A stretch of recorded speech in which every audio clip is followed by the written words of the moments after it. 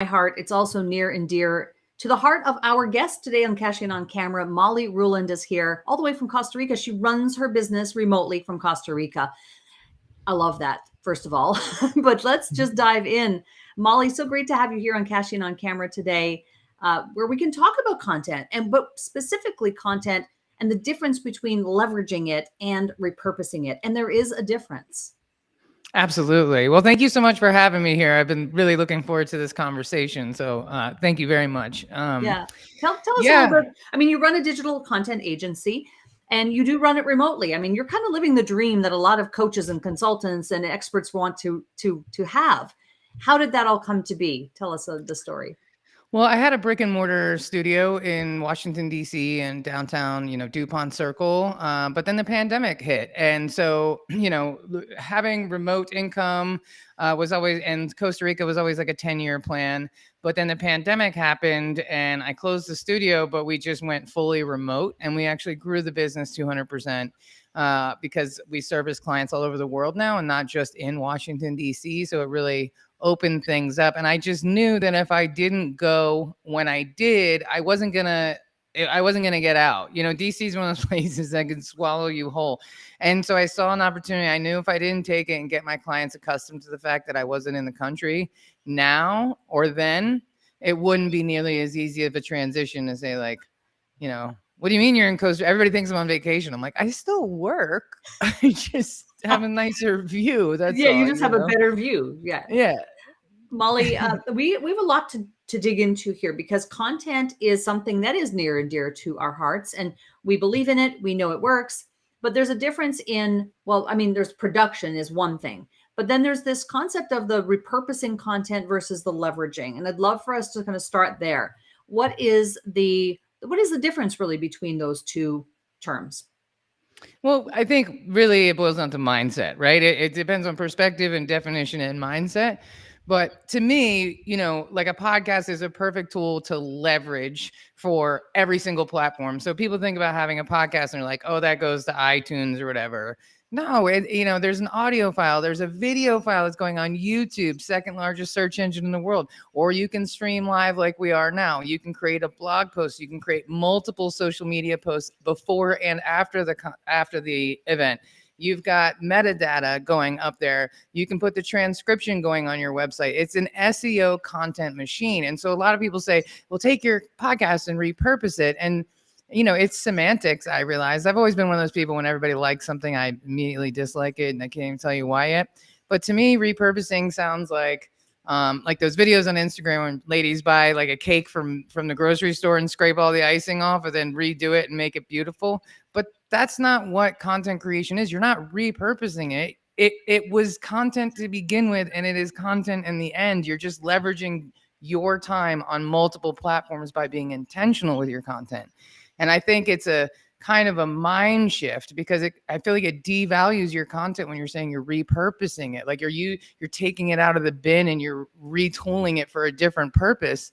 And to me, that's not at all what it is. It's a runway and a content machine if you leverage it properly. It sounds like you're more pro leverage than pro repurposing.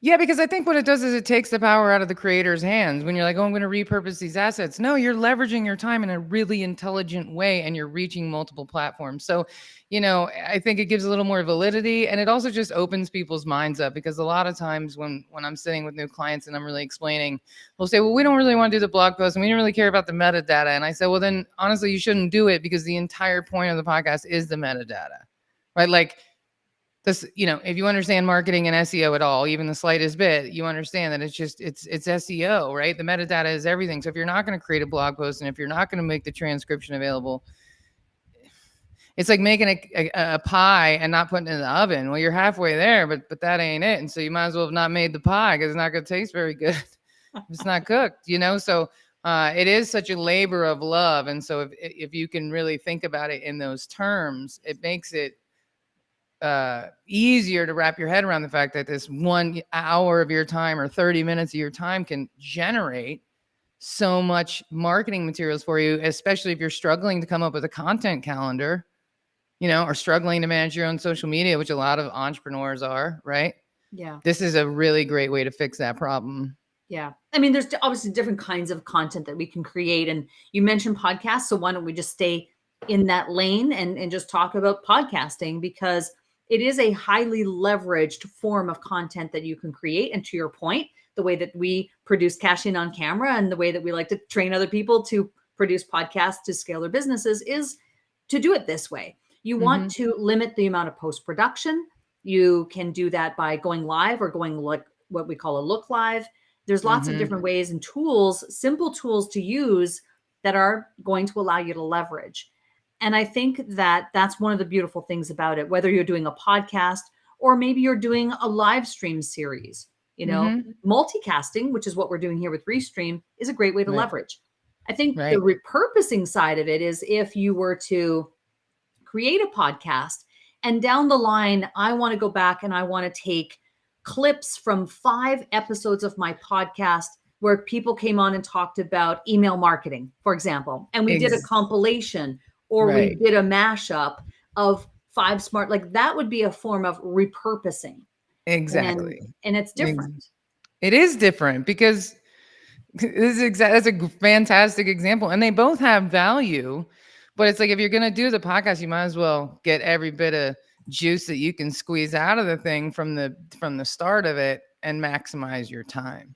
Yeah. And you made a good point about the written content, the textual content that could come from and be born from a podcast. So let's talk a little bit more about that, be it show notes, blog posts, more the SEO side. Tell us about how that works as far as leverage. Well, the biggest thing to remember when you're creating podcast content is really, it boils down to like visibility and searchability and SEO. And so a lot of times you'll see people with their episode titles, they'll say episode 137. Well, you just lost the most important part of your SEO. Like you just gave the first half of the sentence away to something that nobody's searching for, right? The descriptions, quite often it'll say, join Molly and her guest on Molly's show, hosted by Heartcast Media. And then we're talking about how, John started his business. But what it should really say is we're talking about disruption and AI in universities today with John so-and-so from this university on Molly's show with Molly on Molly, and we get that wrong so often. We always put ourselves first, right? It's like the story brand, Donald Miller, like we're not the hero of this story. And so if you can look at all that content as SEO instead, so the description of the episode should be SEO heavy. All your key takeaways and timestamps and chapters should all be about SEO, because YouTube is the second largest search engine in the world. That same bit of metadata is going on all the audio platforms, YouTube and your website. And then when you put the transcription on page, it's great to have a button where you can download it. But if you put the transcription on page, then Google will see it and they'll start to say, oh man, once a week, there's, we're going to build some domain authority because once a week you're talking about relevant topics. And we saw these 3 keywords 17 times in this written text. So we're going to start sending people there. And I know SEO can be a really big, overwhelming beast, but at the end of the day, we're all trying to get the attention of Google, right? And if people are searching for these terms and you're answering them better than other people, they're going to drive traffic to your website. So creating blog posts, creating LinkedIn posts, creating a newsletter around it, create a LinkedIn newsletter around. I mean, you can take one episode of a podcast and make like 15 different assets from it that are relevant, accurate and timely and full of SEO. And if you're constantly putting new content on your website weekly, bi-weekly, monthly, that adds up. I look at a lot of websites, I talk to a lot of people, and most people haven't put a blog out in like 7 months, and that might be generous, right? Yeah. So a podcast is a great way to solve that problem too.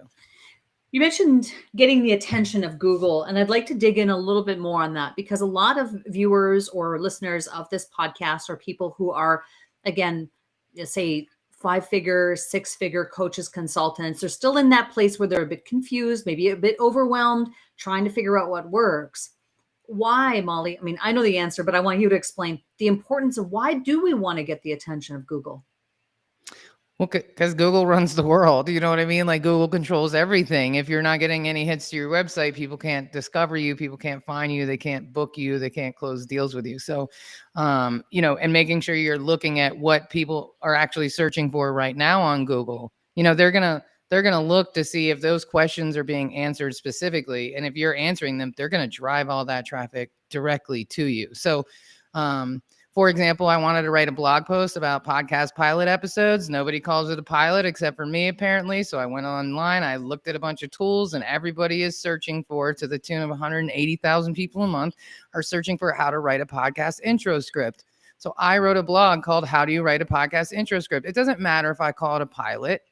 That's not what people are searching for, right? And so sometimes it's like getting it out of our own way, and just changing a couple of words will make you more accessible. So try not to invent words. Don't spell stuff wrong. Like, you literally set yourself at the back of the line every time you do that.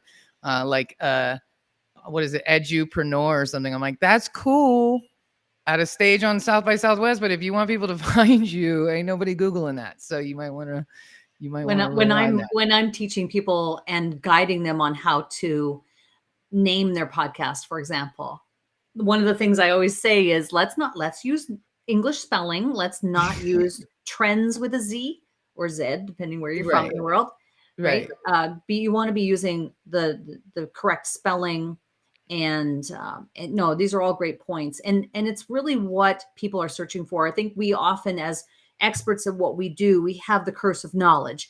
We know that it's a podcast pilot is what we would internally describe that as an expert, but that's not what people are actually looking for.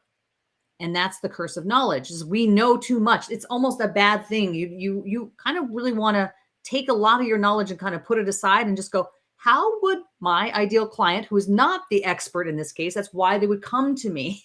Exactly. How are they searching for it? Exactly. Well, it's a great point, because coaches are the most guilty of that. They're like, I'm a somatic, traumatic, Reiki, like all these. I'm like, I might have every single one of those issues that you can solve, but I have no idea what you do, because I don't understand any of those words. And they put too many titles in front of it and gussy it up, thinking that it makes it more valuable. And it actually just makes it unreachable, because I have anxiety. I have things that I would benefit from all those coaches. And I was in a group one time, and I even said to them, I said, ladies, I guarantee you I'd find value in every one of your services, but I have no idea what half of you do. And I looked at your page and I looked at your website, and I still have no idea what you do. Yeah. Since we're talking about maximizing content, you did mention Donald Miller. I am a big fan of brand story and brand script. And one of the things that Donald Miller talks a lot about is don't be cute. It's not the time to be clever. It's the time to be clear. And so clarity is a perfect tie-in to maximizing your content. If you really want your content to reach people, use clear language. Mm-hmm. And you have to do that. And so many people try to get cute and clever. Why do you think they try to get cute and clever? Well, it's good marketing, right? Like we see it all the time. Chick-fil-A has a talking cow on their billboard, like pressuring you to eat more chicken, which I always thought was super weird. But nonetheless, like, that kind of stuff works, right? A little irreverent, but, these companies are also spending millions of dollars on their marketing ads. So being cute might not get the job done. You got to make sure. And, is your target audience, is your client, is that they somebody that appreciates cute? You know what I mean? Like I'm the type of coach that's like more like a stand-up comedian than a coach, right? But the people who want to hire me, that's what they want. You know what I mean? So it's very clear what they're going to get. And so I think, dialing in on that is very helpful for sure. Yeah. Yeah. The clarity, but also to your point, knowing who it is that you're trying to attract will also help inform the type of content that you create. Exactly. And if you are smart about that, you will create content that can be leveraged, i.e. a podcast, or content that can be repurposed, i.e. edited or repurposed into new mashup of some description. Or you could even go into your content and repurpose it into short form clips. If you have the macro, now you can create the micro, because you can have maybe you or ideally it's someone on a team, or you outsource that to other people to go in and curate those clips and create short form content from it. So I want to ask you about short form content, since you run your agency at Heartcast Media. What is your thought right now about short form vertical content and the place it has in the world to help people grow their businesses? I think it's brilliant, honestly. I think that it's just where we're trending as a society, and in some ways that's kind of sad, right? Because our attention, spans are like shortening by the moment. But um, what short form video does is it pulls people into your long form video. It's like a tasty hunk of bait at the end of your fishing line. And ultimately that's what we're doing. We're trying to give people some value, and they say, I either like this or I don't, right? Like I look at Instagram accounts and right away I'm like, oh, I don't want to hear your voice anymore. Or other people are like, oh, that's valuable. I want to see more of that. And so it's great. It's a great way for people to like learn about you a little bit and see what kind of vibe you have and what kind of content. And then from there, they can decide if they want to subscribe to more. So, and especially since you can take one longer form piece of content and make it into tons of short form content. It's a win-win, right? So if you're somebody who's thinking, I really need more social media, I should be doing my blog, I should have a LinkedIn newsletter, I should really be putting content on my YouTube channel, right? So instead of trying to tackle all these different buckets at one time, if you create one thing that can create all those assets for you, then it takes so much of that overwhelm off your plate. But I think short form video is brilliant. I love it. I have found creators on those platforms that I really enjoy and I've learned from. I think it's really smart. I think it's very sustainable and obtainable for a lot of businesses. I don't think it's a huge lift. I mean, 10 years ago, you'd have to go into like a studio and pay somebody like $5,000 for the day. And it's a whole different era. It's a whole different world. I mean, before the pandemic, and I don't know, what the going rates are for professional video production right at this very moment, but having been someone who's been in media for many, many years, I know at one point it was $1,000 per finished minute of video. That would have been like the typical, again, rate for professional video production. So think about that. If you're trying to produce a 5-minute YouTube video, again, if you want to have it professionally done, it's about $5,000, right? Depending. Mm-hmm. What these phones have done, though, these phones have allowed everyone equal playing field. Now you can create this, the apps exist. You could certainly, outsource it to other people. And there are lots of SaaS products now that allow you to do this type of stuff. So it's very attainable. Yeah. I love it. So what in terms of leveraging versus repurposing, again, someone who's trying to grow, someone who has a coaching or consulting business, which of those should they be looking at first and foremost? Is it leveraging or is it repurposing, and why? Well, I think you got to have content to repurpose it, right? You know, like you said, pulling out 5 podcast episodes that you talk, like you could do one for International Women's Month, and you could just do a week of women's podcasts, but you would have to have those women's podcasts first to be able to do that. So I think that, build the content first and really maximize your time, right? Like, I've read a lot of books in the last few years, and they talk about like writing a to-do list. And so, one of the greatest things I learned reading all these books is take the straightest path to the money. Okay. Take the straightest path to the money. And I think as women or entrepreneurs, we create all these other things around just selling your thing, making the money, doing the thing, just do it, right? Just get out there and be uncomfortable. And so I think that it's like, you just sort of have to go out there and you have to create it and you have to maximize your time. Which activity is going to give you the most results? Is it writing that blog? Probably not. However, you do an interview podcast, that's a business development tool. That's a relationship, right? Like, you're probably not going to hire me. You don't have a need to hire me, but like, we're friends now. I might see you at a podcast convention. We might have a glass of wine at the bar. Hey, how you doing? Cool. That to me is enough, right? It's about building strategic relationships. But if you're a business and you want to move the needle, you could pick 12 people to strategically interview who can do that, who can get you in front of 100 new clients at the next thing, who does the booking for the biggest convention where coaches get to speak. Interview them for your podcast. Don't go for the person that has the biggest Instagram following or most, LinkedIn followers. That's not it. Go for the person that can pick up the phone and go, hey, I want you to meet Molly. She's awesome. And then I got 5 new clients in the next month.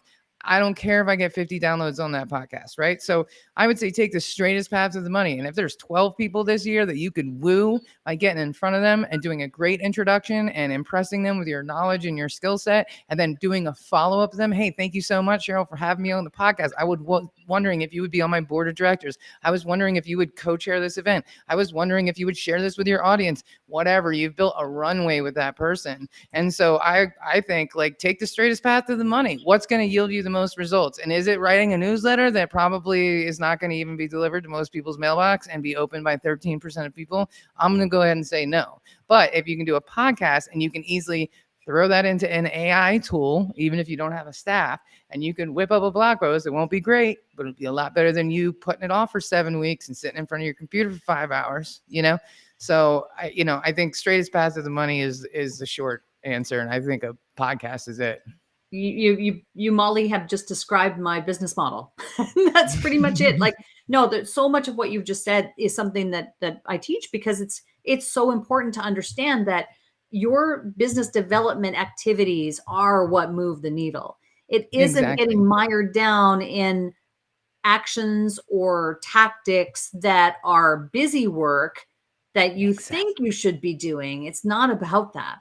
And you could have 1 million followers on Instagram and not know any of them, and they don't know you. What good does that really do? I would rather have 12, to your point, 12 or 30 or 50 or 100 really strong partnerships and knowledge of and access to people who can help.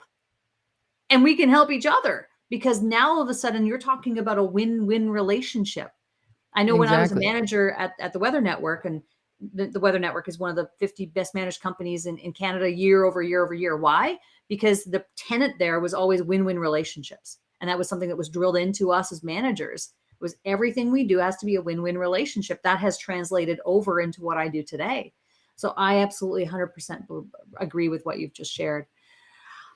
Molly, want to give you an opportunity to tell us about your digital agency so I can show it on the screen here. Oh, thank you so much. I appreciate that. Well, I've owned a multimedia company for the last 23 years. And Heartcast Media, I opened about 4 years ago. There's 7 of us. We produce content. So we're not a brand agency, and we're not a social media agency or marketing agency, but we're a content agency. So we produce podcasts. We'll get you booked on podcasts. We'll create short form video. We produce audiobooks, and we also build websites. And then Camp Content is our podcast. But we're really focused on creating intentional content that has, SEO value, that you could, leverage your time to get the most out of it, and really build relationships. So I think our real value proposition is, ultimately me, right? When you start a podcast with me, we have a big strategy session, and we really talk about, like, why do you want to interview entrepreneurs? What does it have to do with your insurance business? Let's just look at this a different way. And everybody's always taking notes and going, oh my God, I didn't even think about that way, right? Especially since the pandemic, you can't network in the same way. So it's a great goal. So we're like your team, your pinch hitters. We're the humans behind the curtain, if you will. I have full-time employees who've been with me since I started the company. It's not a chop shop. I have full-time video, audio, all that. So we like to think of ourselves as like your pinch hitters. So instead of hiring one person to do one thing and paying them every Friday, you can pay us when you need us, and you get 9 of us instead of one person. And it's a much more cost-effective way of looking at content creation if you're in that, if you're looking to hire somebody. Yeah. Molly, this has been fun. I'm so glad that we had a chance to connect. And the last question I want to ask you is, what is a tip, tool, tactic, or technique that's helping you to market yourself personally, or to market Heartcast Media and the work that you do? It could be podcasts, or it might be something else that's really working for you today that you could share with the audience. I think getting in front of people, that's my short answer. Whether it's coming on a podcast like this, or speaking at an event, or going to a networking event, or doing an online presentation, I think the more you can just get in front of people, because people decide if they like you in like less than the time it takes to blink their eyes, like literally, right? And you can tell if somebody knows what they're talking about in almost as much time, right? You either like them or you don't. Get in front of people, let people find you, let people love you, right? I'm sure sometimes when I speak, people walk out of the room and go, oh my God, I'm going to pray for her. They go home and they're like appalled. And you know what? I'm cool with that, because other people are like, love you, right? And whether they work with me or they introduce me to people, and I would much rather work with people who understand me, understand how I talk, how I feel, how I act. And then it's going to be a much better relationship. Like be yourself and get in front of people and let your people come to you, right? Because yeah, and go to places where people are looking for that business and throw your hat in the ring and then let them decide you. You know, if you want to get dates, go on Tinder or Bumble. It's the same thing. You gotta put yourself out there. Got to put yourself out there. Molly, this has been so much fun. I knew this was going to be a fun interview. We are Thank you. both of the same mind. We believe a lot of the same things. And I think that the tips that you've shared today and the ideas that we've brought forth will really help the audience. So thank you so much for being here today. Appreciate it. Thank you. I knew it'd be fun too. So thank you very much.